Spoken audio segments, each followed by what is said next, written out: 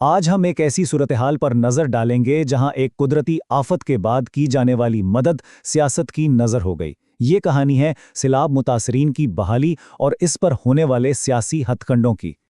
تو سب سے پہلا اور بنیادی سوال یہ اٹھتا ہے کہ ایک سیاست دان جو اتنا کامیاب ہو اور ہمیشہ نتائج دینے کے لیے جانا جاتا ہو، وہ ایک بڑے بحران میں آ کر اتنی بری طرح ناکام کیوں نظر آتا ہے؟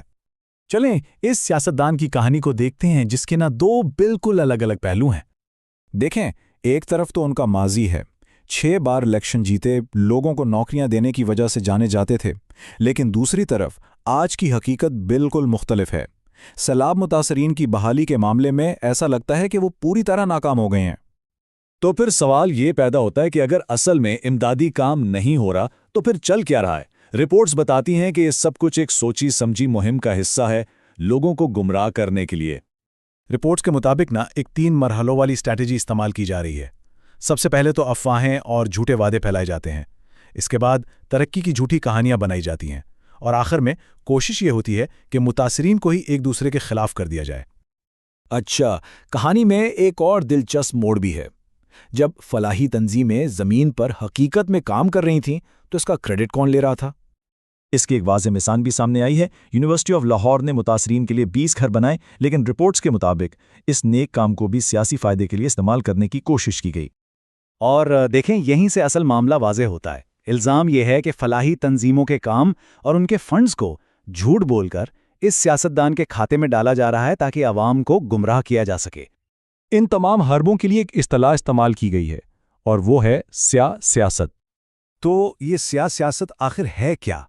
اس معاملے میں اس کا مطلب ہے ایک ایسی سیاسی چال جس میں ذاتی فائدے کے لیے ایک انسانی بحران کو ہی استعمال کر لیا جائے۔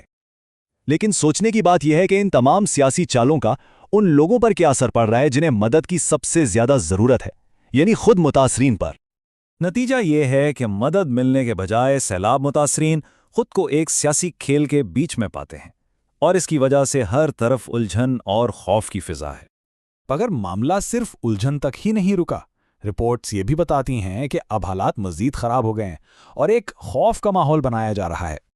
خاص طور پر جو نئے ترجمان ہیں ان کے بارے میں کہا جا رہا ہے کہ وہ کافی جارحانہ طریقے اپنا رہے ہیں، لوگوں کو ڈرایا جا رہا ہے، یہاں تک کہ سائبر کرائم جیسے کیسز کی بالواسطہ دھمکیاں بھی دی جا رہی ہیں، اور مقصد صرف ایک ہے کہ لوگ اپنے حقوق کے لیے آواز اٹھانے سے ڈر جائیں۔ اور یہ صورتحال بہت خطرناک ہے، کیونکہ خوف ایک ایسا ہتھیار ہے جو لوگوں کو اتنا بے بس کر سکتا ہے کہ وہ اپنے بنیادی حق مانگنا ہی چھوڑ دیں۔ تو آخر میں یہ سب کچھ ہمیں ایک بہت اہم سوال کے سامنے لا کھڑا کرتا ہے کہ جب بحالی کے کام پر سیاست حاوی ہو جائے تو اس کی اصل قیمت کون ادا کرتا ہے؟